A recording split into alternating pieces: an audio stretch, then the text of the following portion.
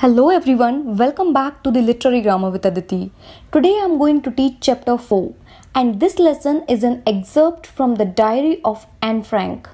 तो ये Anne Frank का रियल लाइफ अकाउंट है which is very different from all the other chapters and ये एक ऑटोबायोग्राफी तो है ही बट ये किसी के डायरी से लिया एक एक्सट्रैक्ट है विच मीन्स ये किसी की पर्सनल डायरी थी जिसमें से ये पर्टिकुलर सेक्शन को निकाला गया है which is published in your book.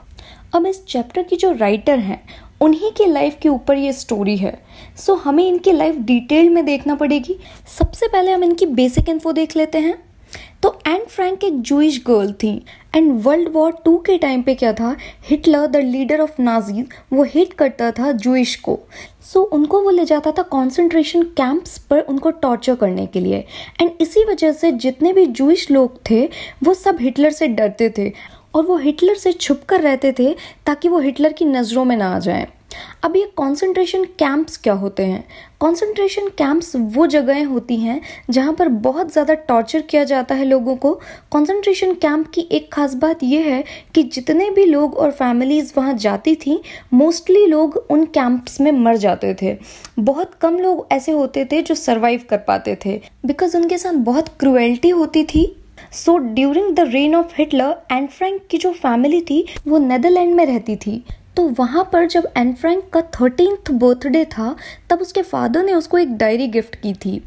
Now एक इम्पॉर्टेंट पॉइंट यहाँ पर जो आपको बताना ज़रूरी है वो है इनका date of birth. So she was born on the 12th of June 1929। Anne ने इस डायरी में अपनी फीलिंग्स को एक्सप्रेस किया था, अपने थॉट्स को एक्सप्रेस करती थी वो। अब इनके जो फादर हैं जो कि हमें बहुत बाद में पता चलता है जब कॉन्सेंट्रेशन कैंप से वापस आते हैं तो एक ही इंसान बच पाता है और वो है एन फ्रैंक के फादर। तो जब वो लौट कर आते हैं तो उनके फादर को ये डायरी मिलती है और फिर ये बुक पब्लिश होती है या हम कहेंगे ये डायरी पब्लिश होती है। तो उस डायरी का एक छोटा सा पार्ट है that is given in your book. तो वो कहती हैं मेरे जैसे इंसान के लिए राइटिंग अ बुक एक बहुत ही स्ट्रेंज एक्सपीरियंस है, सिर्फ इसलिए ही नहीं कि मैंने पहले कभी नहीं लिखा बल्कि इसलिए भी कि आगे जाकर कौन मेरी डायरी पढ़ेगा, कौन मेरी बुक पढ़ेगा, कौन इंटरेस्टेड होगा इसको पढ़ने में। मैं सिर्फ 13 साल की हूँ and being a little girl everyone will think कि एक छोटा सा बच्चा क्या ही लिख पाएगा। बट इस डायरी में ऐसी बहुत सारी चीज़ें हैं जैसे कि किसी बड़े ने और एक्सपीरियंस्ड पर्सन ने लिखी हों। I feel no one will be interested. So ऐसा ख्याल आता है उनके मन में but later on she thinks it doesn't matter to me. I feel कि मुझे लिखना चाहिए तो आई विल राइट इट। अब नाउ हम बात करते हैं डायरी एंट्री की कि एन फ्रैंक ने डायरी लिखना शुरू क्यों किया। तो उन्होंने इसलिए डायरी लिखना शुरू किया बिकॉज उनका कोई भी अच्छा फ्रेंड नहीं था या कहें कि ट्रू फ्रेंड नहीं था। तब उन्होंने सोचा कि I have no one to whom I can share my feelings, my thoughts। अपने चाइल्डहुड के बारे में वो बताना चाहती थी, अपनी फैमिली के बारे में बताना चाहती थी जिसमें उनके पेरेंट्स थे, उनकी दादी थी और उनकी एक एल्डर सिस्टर थी जो कि उनसे 3 years बड़ी थी। बट इतने लोग होने के बाद भी एन फ्रैंक को समझ नहीं आता था कि वो अपनी फीलिंग्स किससे कन्फाइड करे, इतने सारे थॉट्स आइडियाज़ वो किससे शेयर करे। ऐसा भी नहीं था कि उसके फ्रेंड्स नहीं थे बट कोई ऐसा फ्रेंड नहीं था जो उसको समझ सके। Still she waited for so long कि कोई उनका ट्रू फ्रेंड बने बट जब ऐसा नहीं हुआ तब वो अपनी हर बात को उस डायरी में लिखती थी जो कि उनके फादर ने उनको 13th बर्थडे पे दी थी। एंड देन शी डिसाइडेड कि मैं अपनी डायरी को ही अपना बेस्ट फ्रेंड बनाऊंगी, इसी के साथ मैं अपनी लाइफ को शेयर करूंगी। और फिर वो अपनी डायरी को नेम देती हैं किटी। एंड इस डायरी में वो एक बहुत इंपॉर्टेंट लाइन लिखती हैं एंड वो लाइन है paper has more patience than people. इस सेंटेंस को लिखने से फ्रैंक का मतलब ये था कि किसी भी इंसान को हम पूरी तरह से अपनी लाइफ के बारे में नहीं बता सकते बिकॉज कहीं ना कहीं हमें जज किया जाएगा या क्रिटिसाइज किया जाएगा। But if we talk about paper पे हम कुछ भी लिख सकते हैं, शेयर कर सकते हैं, जो भी अच्छा हो या सिली थॉट भी हो तो you can write it on a paper and paper will never जज you in any way. And paper has patience and वो कभी आपसे बोर नहीं होगा, ना ही कभी वो ये बोलेगा कि प्लीज़ अपनी बात जल्दी से ख़त्म करो। एंड दैट्स वाई उन्होंने ये लाइन लिखी कि paper has more patience than people. इसका एक ये मतलब तो है ही बट इसका एक दूसरा मतलब भी है और वो ये कि उस टाइम पर वर्ल्ड वॉर 2 चल रहा था। तो उस टाइम पर अगर आप किसी से भी कुछ भी कहते और वो किसी और को जाकर कह देता तो you can lose your life. इसलिए भी ये लाइन उन्होंने लिखी थी कि तब आप किसी को ट्रस्ट नहीं कर सकते थे कि कौन कहाँ जाकर क्या कह दे। उस सिनेरियो के लिए भी ये लाइन उन्होंने लिखी थी। आगे वो बताती हैं कि उनकी जो ग्रैंड माँ हैं वो उनको बहुत मिस करती हैं। और ऐसा क्यों? बिकॉज वो बहुत एमिग्रेट करते हैं वन प्लेस टू अनदर। तो क्या होता है कि आगे 1941 में जो उनकी ग्रैंड मदर हैं वो इल हो जाती हैं और उनका ऑपरेशन हुआ होता है। उसी टाइम पर एन फ्रैंक का बर्थडे भी आता है, तो छोटा सा सेलिब्रेशन ही होता है बिकॉज जो ग्रैंड मदर हैं wasn't well and in 1942 she passed away। And उन्होंने अपनी राइटिंग्स में कई बार अपनी ग्रानी का जिक्र किया है कि वो उन्हें बहुत मिस करती हैं, but I can't tell anyone that how much I miss her. और जब 1942 में बर्थडे आता है तब अपने बर्थडे पर वो एक कैंडल एक्स्ट्रा जलाती हैं उनकी याद में। तो इस तरह से उन्होंने किटी को बताया, यानी कि डायरी में लिखा कि उनका एक बॉन्ड था अपनी ग्रानी के साथ। ओके, सो अब जो डायरी एंट्री हम पढ़ने जा रहे हैं that is dated on 20th June 1942 Saturday. And यहाँ से ये ऑटोबायोग्राफी बहुत ही इंटरेस्टिंग हो जाती है बिकॉज वो बताती हैं कि उनका जो स्कूल का डे था वो बहुत ही शोर भरा था, बच्चे बहुत ज़्यादा बातें कर रहे थे। एंड शोर क्यों हो रहा था? बिकॉज टीचर्स की मीटिंग चल रही थी। इसमें यह डिस्कशन चल रहा था कि किन स्टूडेंट्स को प्रमोट करके नेक्स्ट फॉर्म में डालना है। यहाँ पर फॉर्म का मतलब है class. So they were discussing कि कौन से बच्चे को नेक्स्ट फॉर्म में डाला जाए और कौन से बच्चों को फेल किया जाए। नाउ एन फ्रैंक कहती हैं कि मेरी क्लास के बच्चे तो इतने डम्ब हैं कि उनको तो डिमोट ही कर देना चाहिए। एंड फिर वो कहती हैं no speculations because teachers are the most unpredictable creatures on the earth. तो वो कहती हैं कि टीचर्स जो होते हैं वो इतने अनप्रिडिक्टेबल होते हैं कि वो कभी भी कुछ भी कर सकते हैं।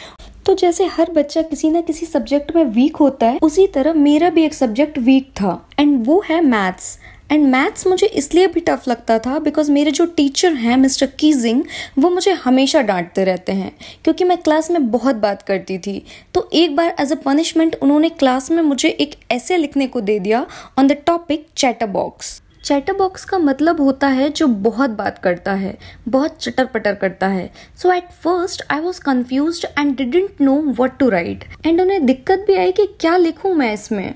But later on she jot down, उसमें उन्होंने ऐसे को बढ़ाने के लिए काफ़ी स्पेस दे दिया and aimlessly she wrote the essay and finally उन्होंने 3 पेज का ऐसे लिख लिया। नाउ उन्होंने इस ऐसे में लिखा कि बातें करना तो हर बच्चे का ट्रेट होता है एंड बिकॉज मैं थोड़ी ज़्यादा बातूनी हूँ तो मैं उसको कंट्रोल करने की कोशिश करूंगी which seems impossible to me because जो मेरी मदर हैं वो भी बहुत ज़्यादा बातें करती हैं and she is also a chatterbox in a way. हम कुछ नहीं कर सकते इन इनहेरिटेड ट्रेट्स के बारे में। तो ये ऐसे था, ये काफ़ी ज़्यादा अम्यूजिंग था एंड जब मिस्टर कीजिंग ने ये ऐसे पढ़ा तो ही वॉज ऑल्सो लाफिंग। तब उन्होंने उससे 2 दिन तक तो कुछ भी नहीं कहा, बट 3rd डे जब एंड फिर से बहुत बातें करने लगी तो फिर से उन्होंने उसको एक ऐसे लिखने को कहा। अब इस ऐसे का टॉपिक क्या था? उस टॉपिक का नाम था an incorrigible chatterbox. Incorrigible मतलब जिसको सुधारा ही नहीं जा सकता, मतलब ये तो है ही चैटर बॉक्स, ये नहीं सुधरने वाली। तो जो एन फ्रैंक थी उन्होंने तो इस पर भी ऐसे लिख दिया। Now mister Keesing is so angry because continuously Anne की बातें तो बंद ही नहीं होती और कहीं ना कहीं वो उसके एसेस को एंजॉय भी कर रहे थे बिकॉज उसके एसेस जो थे वो इतने अम्यूजिंग थे, इतने हिलेरियस थे कि he too was getting entertained. But वो इतनी बातें करती है कि he wanted to punish her as well. और तब वो उसको 3rd लेटर लिखने को देते हैं, उसका नाम है quack quack quack sad mistress chatter box. ये 3rd सब्जेक्ट होता है ऐसे का एंड वो ये भी लिखने को रेडी रहती हैं। But this time she wanted to do something different. तो ये जो ऐसे होता है ये काफ़ी इंटरेस्टिंग होता है बिकॉज वो सोच लेती हैं कि मुझे ये लिखना तो है बट मुझे कुछ अलग करना है, कुछ हटके करना है।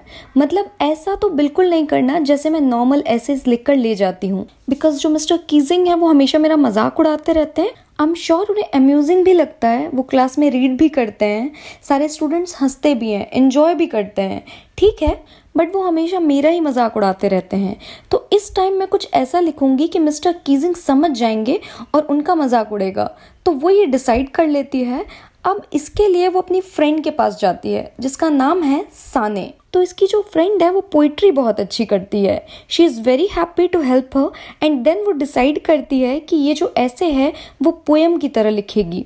अब ये जो पोएम है वो काफ़ी हिलेरियस है और हिलेरियस इसलिए भी है बिकॉज वो एक्चुअल में अपनी ही बात कर रही है। और दूसरा वो किसकी बात कर रही है? वो आपको पता चल जाएगा जैसे ही आप एन की पोएम को समझेंगे या रीड आउट करेंगे। तो इस पोएम में वो स्टोरी दिखाती हैं कि एक मदर डक होती है एंड एक फादर स्वान होते हैं एंड उनके 3 डकलिंग्स होती हैं और जो फादर होते हैं वो अपनी तीनों डकलिंग्स को मार देते हैं बिकॉज वो बहुत ज़्यादा क्वैक क्वैक क्वैक करते हैं एंड दिस एंड्स हियर। अब now you must be thinking कि ये अम्यूजिंग कैसे हुआ, ये कैसे डिफरेंट हुआ और कैसे इससे मिस्टर कीजिंग का मजाक उड़ेगा। So according to that poem and according to Anne, ये जो फादर हैं वो है मिस्टर कीजिंग और वो जो 3 डकलिंग्स हैं वो है हम सारे स्टूडेंट्स। बिकॉज सेम सिनेरियो है, जैसे डकलिंग्स के जो फादर हैं उनने जिस तरह सारी डक्स को मार दिया बिकॉज वो बहुत क्वैक क्वैक क्वैक करते थे, उसी तरह मिस्टर कीजिंग जो हैं वो हमें डांटते हैं। और इधर क्या था, उन 3 डकलिंग के फादर ने उन्हें मार दिया था। सो एक्चुअल में वो ऐसा नहीं दिखाना चाहती थी कि ये कुछ सीरियस है, वो ये सब फन में कर रही थी और काफ़ी ह्यूमरस तरीके से उन्होंने ये बातें लिखी। एंड शी इज़ थैंकफुल कि मिस्टर कीजिंग ने भी ये पोएम रीड आउट की तो उन्होंने भी इसको फनी वे में लिया। नाउ इसके बाद अब वो कितनी भी बातें कर सकती थी, मिस्टर कीजिंग भी उन्हें बिल्कुल नहीं रोकते थे और ना ही तो वो मुझे बात करने पे पनिश करते थे। बिकॉज जिस तरह से मिस्टर कीजिंग को उन्हीं के तरीके से आंसर किया, उस तरीके ने उनको पूरी तरह से चुप कर दिया था। तो यहाँ पर वो अपनी डायरी एंट्री को खत्म कर देती हैं and she science of. So this was the story. I hope you all will like it, and if you people are liking it, then please like, share and subscribe to my channel. Thanks for watching.